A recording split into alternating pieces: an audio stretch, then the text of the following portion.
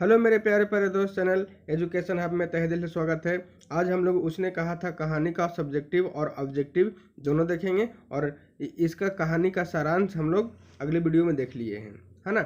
अगर देखना चाहते हैं तो इस वीडियो के डिस्क्रिप्शन में जाएंगे और इसका लिंक आपको मिलेगा। आप वहां से जाकर उस कहानी का सारांश को आप देख सकते हैं और बढ़िया से पढ़ सकते हैं। तो चलिए हम लोग स्टार्ट करते हैं। उसने कहा था कहानी का ऑब्जेक्टिव। पहला प्रश्न क्या है? उसने कहा था कहानी में किस शहर का चित्रण है, यानी कौन सा शहर है जिसका उसने कहा था कहानी में चर्चा है ना। तो ऑप्शन ए यानी कि अमृतसर। जयपुर नहीं होगा, लुधियाना नहीं होगा, लखनऊ नहीं होगा, कौन होगा? अमृतसर। लहना सिंह के गांव का क्या नाम है? ऑप्शन बी मांझे। लहना सिंह किस पद पर था, यानी कि लहना सिंह जो था वो फौजी में किस पद पर था? सूबेदार के पद पे नहीं, लेफ्टिनेंट के पद पे नहीं, मेजर के पद पे नहीं, वो कौन था? ऑप्शन सी जमींदार के पद पे था, है ना। लहना सिंह की मृत्यु किसकी गोद में हुई थी? क्या कहता है? लहना सिंह की मृत्यु किसकी गोद में हुई थी? तो ऑप्शन बी वाजीरा सिंह, है ना। लप्टन, है ना, सॉरी पलटन पांचवा क्वेश्चन क्या है? पलटन का विदूषक कौन था? तो पलटन का विदूषक ध्यान से देखेंगे ऑप्शन सी यानी कि वाजीरा सी, है ना। कहता क्या है? सूबेदार हजारा सिंह के लड़के का क्या नाम था? यानी कि सूबेदार हजारा सिंह का लड़के का यानी कि उनके पुत्र का क्या नाम था? बौधा सिंह। भारतीय सिपाहियों का किसके साथ संघर्ष हुआ था? भारतीय सिपाहियों का किसके साथ संघर्ष हुआ था? तो ऑप्शन डी यानी कि जर्मनी के साथ हुआ था, है ना। आठवां, जर्मन लेफ्टन को किसने मार गिराया? जर्मन लेफ्टन को किसने मार गिराया? तो ऑप्शन सी लहना सिंह ने मार गिराया था, है ना। आगे देखते हैं हम लोग। कहता क्या है? सिख राइफल के जिम्मेदार लहना सिंह का नंबर क्या था? तो ऑप्शन ए 77, है ना। अगला देखेंगे। सरकार के सूबेदार को जमीन कहाँ थी? सरकार ने सूबेदार को जमीन कहाँ दी थी, है ना, ये प्रश्न है ना। तो ऑप्शन डी यानी कि लायलपुर में, है ना। आगे देखेंगे। गुलेरी जी का जन्म हुआ था, यानी गुलेरी जी का जन्म कहाँ हुआ था? तो ऑप्शन बी जयपुर में हुआ था। अगला प्रश्न 12वां, सुखमय जीवन किसकी रचना है? तो ऑप्शन ए चंद्रधर शर्मा गुलेरी जी का है। ऑप्शन ए मार लीजिएगा, है ना। अगला देखेंगे 13वां प्रश्न क्या कहता है? उसने कहा था कहानी कब प्रकाशित हुई थी? तो ऑप्शन सी 1915 में, है ना। 14 देखेंगे। कछुआ धर्म किनकी कृतियां हैं? ये आपको वीडियो में जाकर देखेंगे, बहुत बढ़िया से बताए हैं, है ना। और कछुआ धर्म जो है वो हमारे ऑप्शन डी चंद्रधर शर्मा गुलेरी जी का है। अगर इस वीडियो पर नए या पुराने जो भी हैं, है ना, आप सब्सक्राइब कर दें और बेल आइकन को दबा दें, है ना। आगे देखेंगे 15वां प्रश्न कहता क्या है? पुरानी हिंदी रचना किसकी है? यानी कि पुरानी हिंदी जो है वो रचना किसकी है? तो हम लोग कौन सा कहानी पढ़ रहे हैं? उसने कहा था कौन लिखे हैं? तो चंद्रधर शर्मा गुलेरी यानी कि ऑप्शन डी, है ना। आगे देखेंगे 16वां कहता है कौन सा निबंध गुलेरी जी की नहीं है? यानी कि इसमें आपको 4 ऑप्शन है। क्या है? देवा नाम प्रिय है, मजदूरी और प्रेम है, और पुरानी हिंदी है, और मोर्शी मुहिम कुठाव है। अभी तुरंत पढ़े हैं पुरानी हिंदी, तो ऑप्शन सी, है ना। कुड़माई का क्या अर्थ होता है? कुड़माई का क्या अर्थ होता है बताएंगे? विवाह, दहेज, कड़वी बात, मंगनी। तो मंगनी होता है ना, जिसको सगाई भी कहा जाता है। आज बौधा सिंह कौन था? 18वां प्रश्न, बौधा सिंह कौन था? तो ये कौन था बताएंगे? हजारा सिंह का बेटा था, है ना। सूबेदार हजारा सिंह का बेटा, यानी कि ऑप्शन डी होगा, है ना। कट गया है। आगे देखेंगे हम लोग 19वां, चंद्रधर शर्मा गुलेरी जी का कहानी कौन सी है? जुट्ठन है, रोज है, त्रिच है, उसने कहा था। अरे भैया अभी पढ़ ही रहे हैं, उसने कहा था, है ना। Option C. सब्सक्राइब जरूर कर ले, बेल आइकन को दबा दें, है ना। आगे देखेंगे 20वां प्रश्न कहता कौन सी कहानी चंद्रधर शर्मा गुलेरी जी की लिखी हुई नहीं है? देखिए आपको वीडियो में जाकर देखेंगे, आपको बताए हैं, है ना। बुद्धू का कांटा यही लिखे हैं, सुखमय जीवन यही लिखे हैं, उसने कहा था यही लिखे हैं, कफन ये नहीं लिखे हैं, कफन इनकी रचना नहीं है, है ना। तो ऑप्शन डी हो जाएगा। आगे गुलेरी जी किस गांव के मूल निवासी थे? तो इनका नाम से ही संकेत होता है गुलेर, ऑप्शन बी, है ना। उसने कहा था कहानी के कहानीकार कौन है, यानी कि 22वां प्रश्न है, यानी कि हमारा ऑप्शन सी चंद्रधर शर्मा गुलेरी, है ना। 23वां देखेंगे, चंद्रधर शर्मा गुलेरी किस युग के कहानीकार हैं। देखिए सब बहुत इंपॉर्टेंट क्वेश्चन है और ये पूछता है ना। प्रश्न नंबर 23वां क्या कहता है कि चंद्रधर शर्मा गुलेरी जी किस युग के कहानीकार हैं। ऑप्शन ए, है ना, द्विवेदी युग। कहता है उसने कहा था कहानी कितने भागों में बटे हैं, ये आपको वीडियो में बताए हैं 5 भागों में बटे हैं, है ना। ऑप्शन डी, है ना।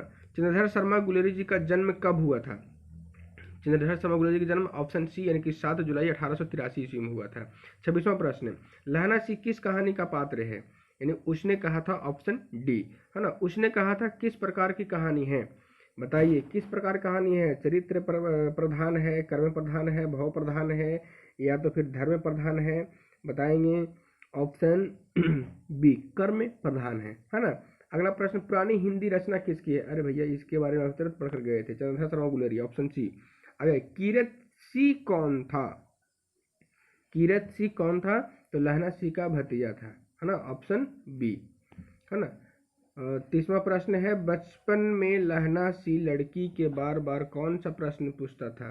तेरी शादी हो गई है, तू कहाँ रहती है, तेरा नाम क्या है, ये सब नहीं पूछता था। एक ही बात पे फोकस करता था कि तेरी कुड़माई हो गई है, ऑप्शन सी, है ना। 31वां प्रश्न आएंगे, लेफ्टन साहब सूबेदार को कितने आदमी को खंदक में छोड़कर भागने के लिए कहा था। 10 आदमी को, है ना। अमृतसर में लहना सिंह कौन थे, अमृतसर में लहना सिंह के कौन थे, तो बताएंगे कहानी में बड़ा चर्चा इसको दिया गया है ना। ये मामा घर थे और लड़की भी मामा घर रहती थी, तो ऑप्शन सी होगा, है ना। 33वां प्रश्न, लहना सिंह सूबेदार को वापस बुलाने के लिए किसे भेजा था, तो ऑप्शन ये वाजीरा सिंह का, है ना। 34वां, सूबेदारनी ने अपने पति एवं पुत्र की रक्षा के लिए किसको कहा था, तो ये तो हीरो को कहा था। भाई हीरो कौन था हमारा, लहना सिंह, यानी कि ऑप्शन बी। 35वां प्रश्न देखेंगे, लहना सिंह का सिर अपनी गोद में लेकर कौन बैठा था। अरे भैया वाजीरा सिंह के गोद में मृत्यु हुआ था, तो वही लेकर बैठेगा ना, ऑप्शन सी, है ना। 36वां प्रश्न देखेंगे, कहता है लहना सिंह के मामा कहाँ के रहने वाले थे, तो ये तो अमृतसर के रहने वाले थे। पूरा कहानी अमृतसर में हुआ है ना, वहीं से स्टार्ट हुआ था। उसने कहा था किस वर्ष की रचना है, यानी कि 1915 वर्ष की रचना है। चलिए तो हम लोग का ऑब्जेक्टिव खत्म हुआ। अब हम लोग देखते हैं सब्जेक्टिव, है ना, कि सब्जेक्टिव में कैसा कैसा प्रश्न है और क्या क्या पूछा गया है, तो हम लोग देखते हैं। चलिए आते हैं, कहता है पाठ्य पुस्तक के प्रश्नोत्तर, यानी कहने का मतलब है पूरा इसका देखेंगे हम लोग, है ना। पहला प्रश्न क्या कहता है देखेंगे। अगर आप इस चैनल पर नए और पुराने जो भी हैं, आप जल्दी से सब्सक्राइब करें और बटन दबा दें। इसी प्रकार से आपको हर एक वीडियो का प्रश्न उत्तर आपको मिलता रहेगा और एक वीडियो सारांश में आपको जाता रहेगा। अगर आप बेहतर अंक लाना चाहते हैं तो जल्दी से जल्दी सब्सक्राइब कर ले, है ना। चलिए देखते हैं प्रश्न उत्तर। पहला प्रश्न क्या कहता है, उसने कहा था कहानी कितने भागों में बटी हुई है, कहानी के कितने भागों में युद्ध का वर्णन हुआ है। तो उसने कहा था, आपको वीडियो में भी बताए हैं, उसने कहा था कहानी 5 भागों में बटा हुआ है और पूरी कहानी में 3 भाग जो है, 3 भाग युद्ध का वर्णन है, द्वितीय तृतीय और चतुर्थ भाग में युद्ध का दृश्य है ना। दूसरा प्रश्न क्या कहता है, कहानी के पात्रों की एक सूची तैयार करें, मतलब कहानी में कौन कौन से लोग थे और क्या क्या चीज़ काम कर रहे थे, उनका परिचय दे और उनके बारे में लिखे। तो पहला हम लोग लिखेंगे एक बालिका।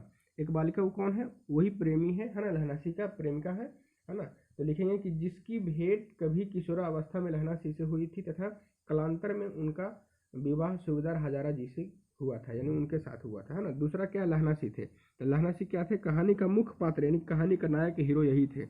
तीसरा हजारा सिंह क्या थे, तो सूबेदार थे, है ना, फौजी में क्या थे, ये सूबेदार थे। बौद्धा सिंह कौन था, तो हजारा सिंह का पुत्र था, यानी कि लहना सिंह का प्रेमिका का पुत्र था, है ना। लेफ्टिनेंट साहब कौन थे भाई, तो लेफ्टिनेंट साहब सेना का एक उच्च अधिकारी थे। उच्च अधिकारी का मतलब क्या, बड़ा पद पर होते हैं, है ना, उच्च मतलब बड़ा पद पर कोई अधिकारी थे वो। वाजीरा सिंह क्या था भाई, तो एक सैनिक था। चलिए प्रश्न नंबर हम लोग देखते हैं तीसरा। प्रश्न नंबर तीसरा में क्या कहता है, सुनेंगे यहाँ पे। कहता है लहना सिंह का परिचय अपने शब्दों में दे। तो बहुत बढ़िया से इसको बारे में आप लोग पढ़ें, एक बार पढ़ देते हैं, है ना।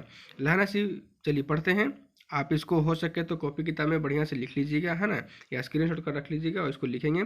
लहना सिंह ब्रिटिश सेना का एक सिख जमादार है। भारत से दूर विदेश फ्रांस में जर्मन सेना के विरोध करने के लिए भेजा गया था। वह एक कर्तव्यनिष्ठ सैनिक है ना। अदम्य साहस, शौर्य एवं निष्ठा से युक्त और युद्ध के मोर्चे पर डटा हुआ है ना। विषम परिस्थितियों में भी कभी वह हताशित नहीं होता है। मतलब कहने का मतलब क्या है कि बहुत बड़ा ये योद्धामान था और बहुत इसमें ताकतवर भी था और बहुत इसमें लड़ने की क्षमता, और ये बार बार जैसे कि अपने साहब से कहता था, है ना, कि बिना मतलब कि लड़ाई किए हुए सेना खराब हो जाती है ना। इस प्रकार से कुछ बातें वो बोलता था। कहता अपने प्राणों की परवाह किए बिना वह युद्ध भूमि के खंदकों में रात दिन पूर्ण तपस्या किया करता था, है ना। कई दिनों तक खंदक में बैठकर निगरानी करते हुए जब वह उब जाता है ना, जब वह उब जाता है तो अपने क्या बोलते हैं सूबेदार से कहता है कि यहाँ के इस कार्य ड्यूटी से उनका मन भर गया है। ऐसी निष्क्रिय से वह अपनी क्षमता का प्रदर्शन कर नहीं कर पा सकता। वह कहता है मुझे तो संगीन चढ़ाकर मार्च का हुक्म मिल जाए, फिर 7 जर्मन को अकेले मारकर न लौटूं तो मुझे दरबार साहब की दहली पर तथा मत्था टेकना नसीब न होगा। यानी कि ये बार बार जैसे कि लड़ने के लिए ये तैयार होता था, बहुत उग्र रहता था कि कब जैसे कि मार हो, है ना। तो इस प्रकार से आप अच्छे से पढ़ लें और पढ़ने के बाद जैसे कि इसको आप कॉपी में आराम से शॉर्ट करके लिख लें, है ना, ताकि आपको एग्जाम में काम आए। चलिए हम लोग देखते हैं चौथा, पाठ में लहना और सूबेदारनी के संवाद को एकत्र करें। देखिए इसमें है, आप पढ़ लीजिएगा और बढ़िया सीख लीजिएगा, पर हम समझा देते हैं, है ना। देखिए लहना सिंह और सूबेदारनी, सूबेदारनी कौन हुआ भाई, तो लहना सिंह का जो बचपन में जो प्रेमिका थी, जो लड़की अमृतसर में, है ना, वही उसका जैसे कि सूबेदारनी बनी, मतलब हजारा सिंह का पत्नी जैसे कि वो बनी। और जब जैसे कि लड़ाई जब होता है ना, तो जब बॉर्डर पर जाना होता है तो सूबेदार जी का ऑर्डर होता है कि मेरे घर होते हुए चलना, तो लहना सिंह तभी उसके घर जाता है ना, और तभी जैसे सूबेदारनी से और लहना से मुलाकात होता है, तब पता चलता है कि ये वही लड़की है ना। और वहीं पे दोनों बात होता है और वहीं पे वो कहती है, सूबेदारनी कहती है कि जिस प्रकार से तुम मेरे बचपन में जैसे कि हमको बचाया था, उसी प्रकार से हम तुमसे आग्रह करते हैं, हम तुमसे रिक्वेस्ट करते हैं, है ना, तुमसे भीख मांगते हैं कि हमारी बच्चा यानी कि बौधा सिंह और हमारा पति हजारा प्रसाद सूबेदार को जैसे कि आप अच्छे से अपना रक्षा करना। और वही चीज़ को वचन देता है लहना सिंह, और पूरे जैसे कि बॉर्डर पर जैसे कि वो दोनों को बचा लेता है, पर अपने मर जाता है ना। चलिए आगे देखते हैं। अगला प्रश्न क्या है, कल देखते नहीं यह रसम से कढ़ा हुआ सालू, यह सुनते ही लहना सिंह की प्रतिक्रिया हुई। यानी कहने का मतलब क्या है कि जब वो अमृतसर में था और बार बार जैसे कि वो पूछा करता था कि तेरी कुर्माई हो गई है, तेरी कुर्माई हो गई है, इस प्रकार से वो बालिका से, वो लड़की से वो बार बार प्रश्न किया करता था, है ना।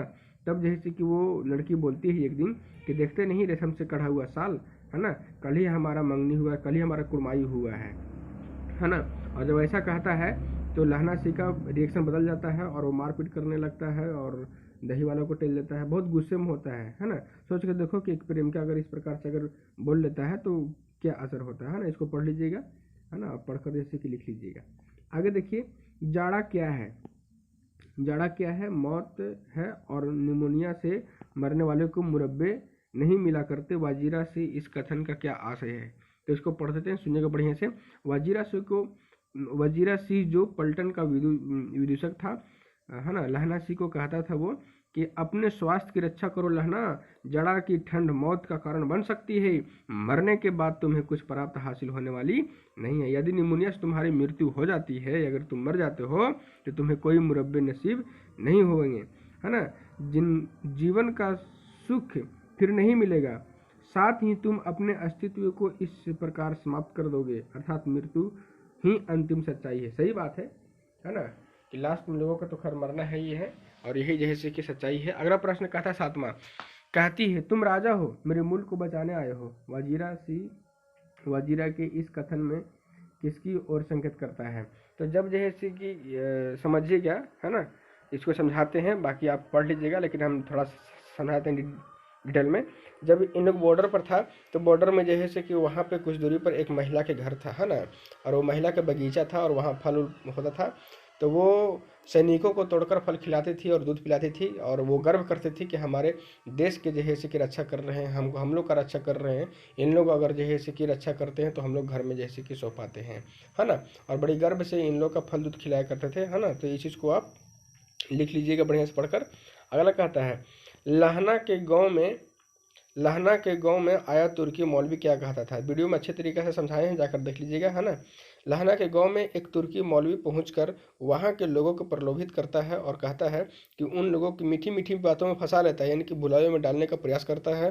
और वह गांव वालों को कहता है कि जब जर्मन शासन आएगा तो तुम लोग के सारे कष्ट, सारे जैसे कि जो परिस्थितियां खराब हुई है उसको दूर कर देगा, है ना। तुम लोग सुख चैन से जियोगे और तुम्हारा सुख चैन से मतलब कि वंश हो जाएगा, है ना। ये तुम्हारी आवश्यकताएं पूरी हो जाएगी। ये इस प्रकार से प्रलोभन देता है तुर्की से आता है कोई लोग, है ना। तो चलिए, अगर इस वीडियो के पूरी तक अंत तक देखे हैं तो थैंक्स, और जाकर सब्सक्राइब कर दे और लोगों का शेयर करें, है ना।